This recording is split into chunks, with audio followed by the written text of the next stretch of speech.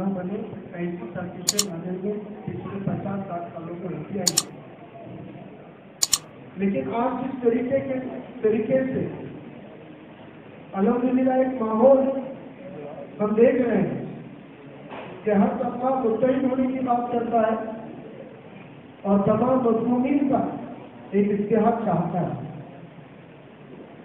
इस फिजा में, इस माहौल में वेलफेयर पार्टी ने आज जो कदम बढ़ाया है, यह कदम इसको कामयाबी में लेकर जाने वाली अब तक की कोशिशों में सबसे मजबूत कदम है, ऐसा मैं मानता हूं। सबसे पहली बात तो मुखालिफ कौन है? हमारे मुखालिफ वो पार्टियां खड़ी हुई है जो इस मुल्क के अंदर मौका परस्त और फिरका परस्त आइडियोलॉजी के तहत क्यों न हो, लेकिन हर बात खुलकर आई है।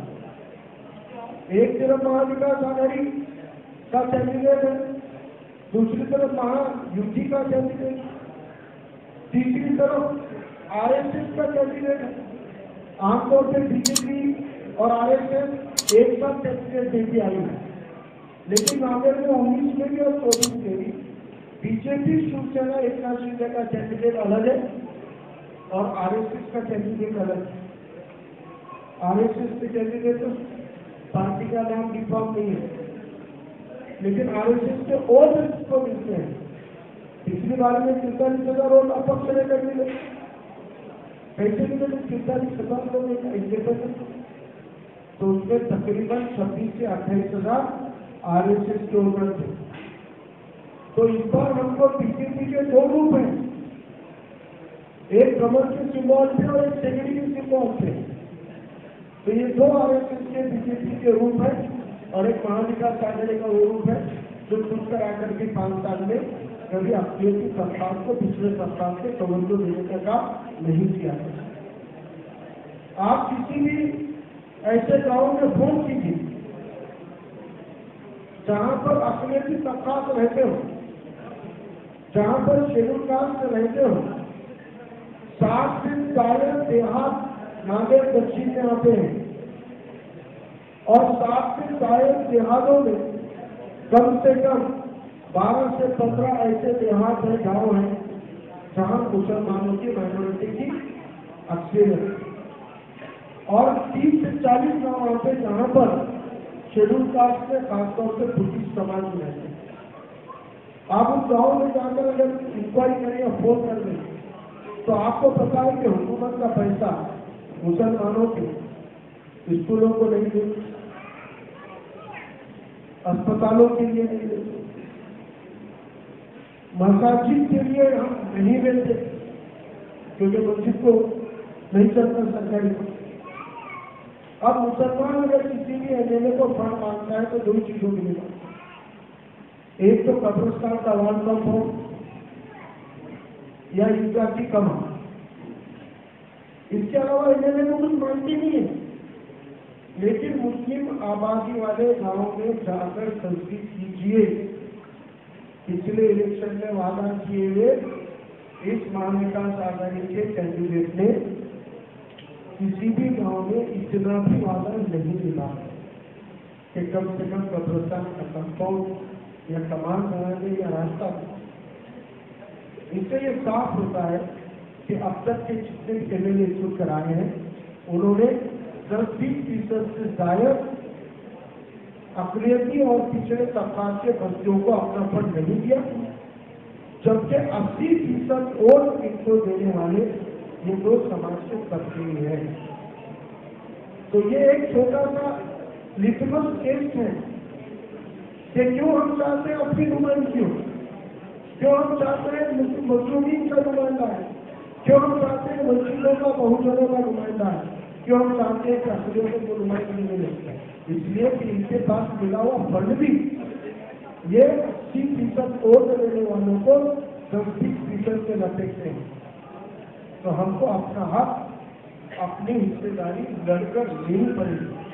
और जब इतनी ताकतवर लोगों के खिलाफ में हम लड़ रहे हैं तो ये बहुत खुशी लगती है, बहुत अच्छा लगता है, बहुत हिम्मत बढ़ती है, बहुत हौसला बढ़ता है कि बाकी ताकतों के सामने भी आप एक मजलूमीन के नुमाइंदे के हक में खड़े रहते हो।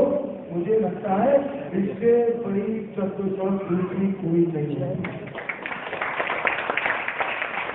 जालिमों के सामने खड़े होकर मजलूमीन के नुमाइंदे के हक में बात करना, ये सबसे बड़ी हिम्मत और ईमान के पुख्तगी का सबूत है जो बिल्कुल पाकिस्तान अरब का।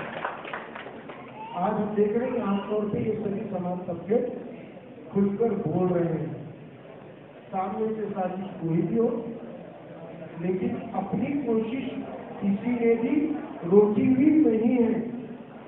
सब एक कोशिश में लगे हैं कि किसी तरह इस बार हम एक मिसाली और तारीखी इंतखाबात के नतीजे हासिल करें और वो 50 साल की साजिशों को अपनी कोशिशों से तोड़ने की कवायद, और उसमें आज अल्हम्दुलिल्लाह एक बहुत ही शीर्षिल कदम यूनिसेफ पार्टी ने बढ़ाया है। इसलिए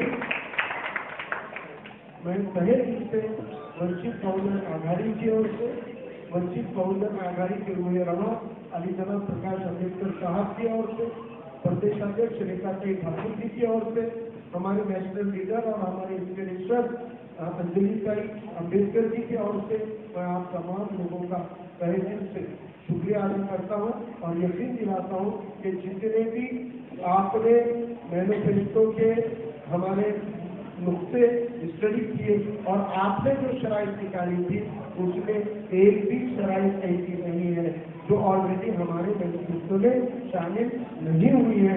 इसलिए आपके इन तमाम कंडीशन नहीं करूँगा, आपने जो मुझसे उम्मीदें जताई है कि हम इन तबकात पे, इन मामलों पे आवाज उठाएंगे, लड़ाई लड़ेंगे, तो हम ये कहते हैं कि हमारी खुद की समाजी सियासी जिंदगी का मकसद और वंचित बहुजन आघाड़ी की फॉर्मेशन के पीछे की वजूहत जो कुछ भी रही है वो सब आपके इस लेटर में शामिल है और इन्हीं के मुद्दों पर और इससे आगे लड़ने के लिए ही हम इलेक्शन के मैदान में उतरे हैं। यकीन दिलाते हैं कि इंशाअल्लाह आप लोगों ने जो तारीख, जो मेहनत, जो जद्दोजहद, जो वक्त का ताउन आप लोग 20 तारीख तक करने वाले, इंशाअल्लाह ये 20 तारीख तक की आपकी मेहनतों के नतीजे में जैसे इंशाअल्लाह आपकी सीट डिक्लेयर होगी, आने वाले 5 सालों तक आपको फख्र महसूस होगा कि आपने एक बहुत अच्छी तहरीक में अपना हिस्सा लिया, अपना ताउन किया, वक्त दिया, पसीना बहाया। इस बात का इत्मीनान पूरे 5 साल तक आपको काबिल फख्र रहेगा। इसलिए यकीन के साथ कहता हूँ और अपनी लगा देता हूँ। अल्लाह हाफिज़।